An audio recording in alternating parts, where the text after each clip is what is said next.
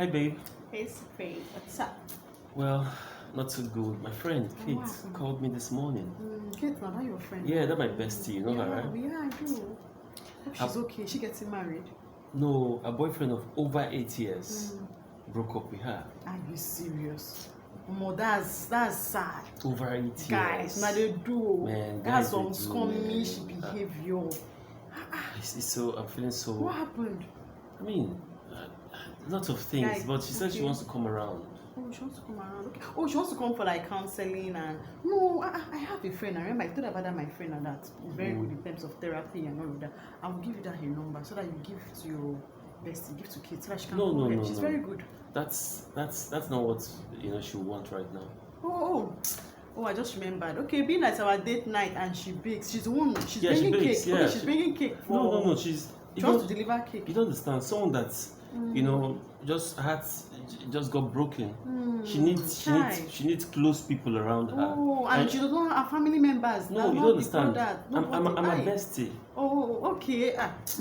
Is that what you're? Is that the? Okay, so you wanted to come? Yes, so that we will be there for her together. Fellowship together. Yes, no problem. See, tomorrow we have program. Just remember that program I told you about when women pray. I will send you the flyer. You will give to. She does not need to come and fellowship with us. So, like, by the time she prays, oh, the thunder that will fire that guy. She will even get the better bubble than that one. So don't worry, it will be settled.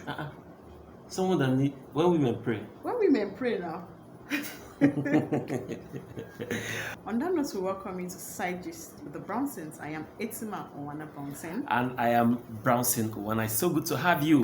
How have you been? Well, we've been out for a while, but it's always exciting to be back again. Yeah, so the couple of weeks we took it off to be there for our offline family. Yeah. We went to go and see our parents, and then we created a playtime for our son. So our playtime with his cousins. Yeah, so we're glad to see you again. Yes, that's why in the next 3 weeks we have identified some common problems in relationship and how to fix it. Yeah, and that's what we're going to be discussing today. So starting today, we'll be talking about having the opposite sex as your bestie, right? Is that a yay or a nay? Is that for your relationship or is bad for your relationship? I just lay a background to say that most times in relationship, the people that we consider as besties oftentimes may have been there before be it wife, girlfriend, spouse, and all of that. So, or husband. For someone that you have been very close to, someone that has been there for you for a very long time, it's always very difficult to push such people out of your life. Okay. When you get married, Yeah. But then, should they really be pushed away? So, is having the bestie in relationship a yay or a nay for you? For me, man, it's a nay, right? Because you cannot overemphasize when it comes to setting boundaries. You can't overemphasize that, right? So I wouldn't want to say a yay, and then my partner has a bestie that's of the opposite sex, and then I'll start telling him, oh no, she's calling you too late, or oh no, we shouldn't be going out for lunch with her at this time, or no, they shouldn't be seeing people together. So it's too much headache to worry about, right? And then opposite sex attracts, right? So those things you can't always be too careful. It's either going to lead to an emotional affair or a sexual affair. So in order to avoid all of that, I would say nope. No. Well, for me, I would say it's a conditional nay. Okay. Yeah, because there are some friends that could stick better than a brother. All right. Now, I'll tell you stuff. Like, I used to have a bestie in school that really helped. Were you in a relationship then? I was in a relationship, yes. Okay. So I had a bestie then that was very, very there for me in the sense that she was like always at the door. She doesn't come into my life. She doesn't go out. So she blocks she's a landlady. She blocks ladies from coming to me, and so I should be paying. I should pay on the round to her for keeping you safe. At some point, it was becoming annoying because there are some ladies I would just want to get close to, but she'll have a way of just saying wherever you are, man. And then at some point she'll pose like she was my girlfriend. Thank you, sister. Sometimes she poses like you were actually dating and all of that. So overall, in summary, her presence in my life made me or cut away some ladies, or probably some things would have happened. I wouldn't tell. I wouldn't be able to tell. But her presence in my life just shut that aspect out for me. I remember when we're dating, right? When we're still seeing each other, when we're still cutting and all. Like I had a bestie, and then I think you also had a bestie. Yeah. And it was good. Like it was going good for both of us, I would say, because I had seen messages on his phone, he had seen messages on my phone. So the matter of like, what do we want, right?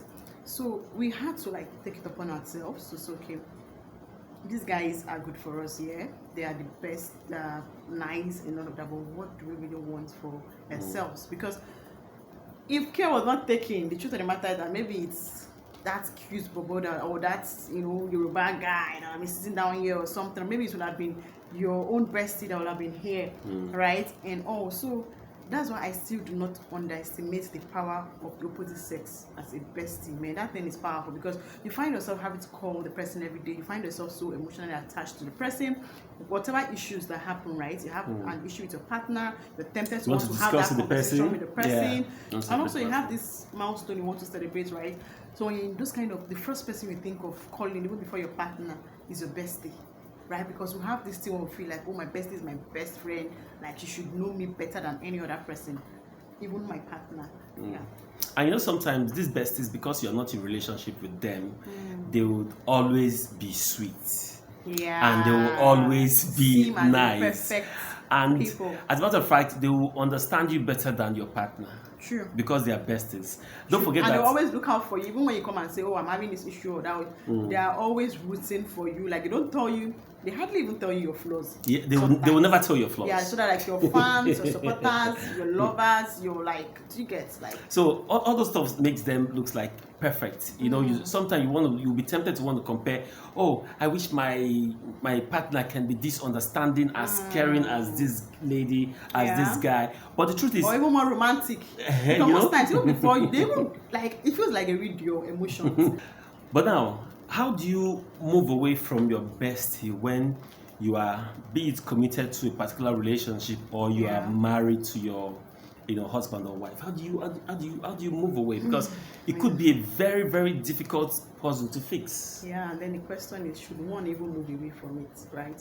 So I once heard of a friend, like he was getting married, and then he had his bestie, which is of the opposite sex, as his best man. So where you have like a man acting as a best man, the lady was all suited up, and like for me, I don't know, I don't think it's something that I can deal with, right? So that means a guy would have been chief bridesmaid. Do you get? So in terms of drawing the line and then knowing when to move on from a bestie that poses a threat to your relationship or marriage, right? You can never be 100% like correct or 100% be able to handle that kind of situation, right? It still boils down to communication and understanding, right? So I feel when people get married or when you get into a more committed relationship, you should have this conversation with your besties to say, okay, you know what, I'm getting married or I'm getting into a committed relationship, things are going to change a bit. We may not be the way we used to be initially, where you call me at any time, you can hang out at any time and all of that, right? And I'm hoping you would respect, right, the fact that this is the new me or this is the new normal, and then see how we can also build our friendship or continue our friendship on that level without necessarily affecting my relationship negatively. Secondly, also responsibility from the part of your bestie. It's one thing to communicate, it's one thing for your bestie to respect those boundaries. So if you set boundaries and it's not being respected by your bestie, then that is still going to negatively impact your relationship. Also, most importantly, I think both people in the relationship, be it husband in a serious relationship, should talk about this bestie. Now, in some occasion, you may just want to introduce your bestie to your partner and let your partner have his opinion. Now, if your partner sees a bestie and he or she is comfortable with your bestie, why not?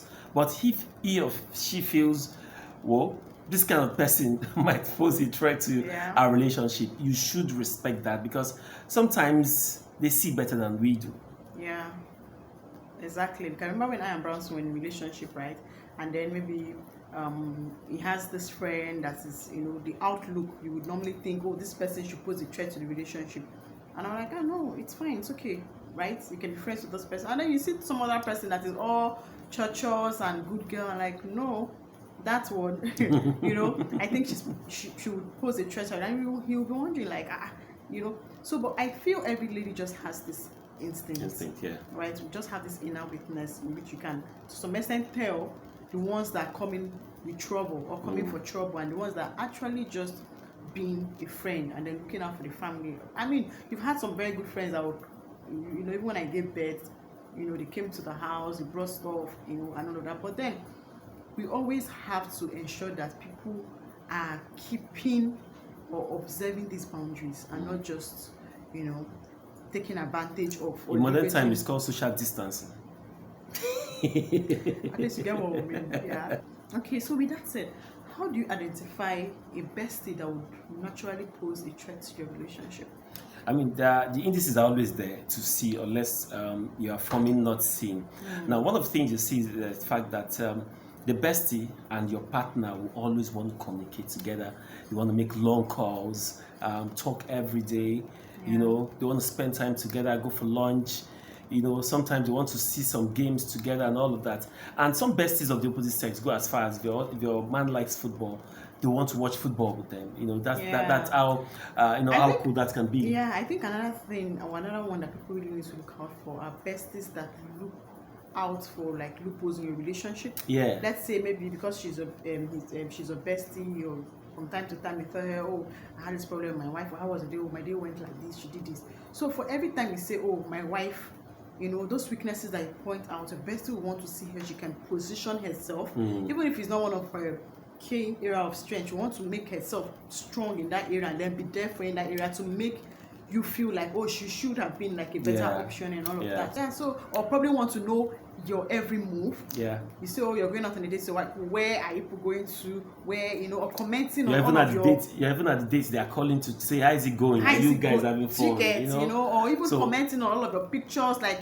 every, even without her coming to say, oh, this is me, like all of your friends on social media, offline family already, they will even be the ones that's like, who is this person? You understand? So these are indices, these are things to look out for. When you start seeing that thing as a guy or a lady, you need to ask questions. Yeah. And if you don't know this bestie, it's even more dangerous, or more deadly. So overall, when you make that decision to be with someone or be committed to someone, you're not only supposed to look out for that person, like in terms of love or sex and all of that, you're also supposed to be there for that person mentally and emotionally, right? So it's not just the physical health, for better, for worse, the sickness and the health. You also have to, that health, to focus more on the physical. You also have to focus on the mental and then the emotional health.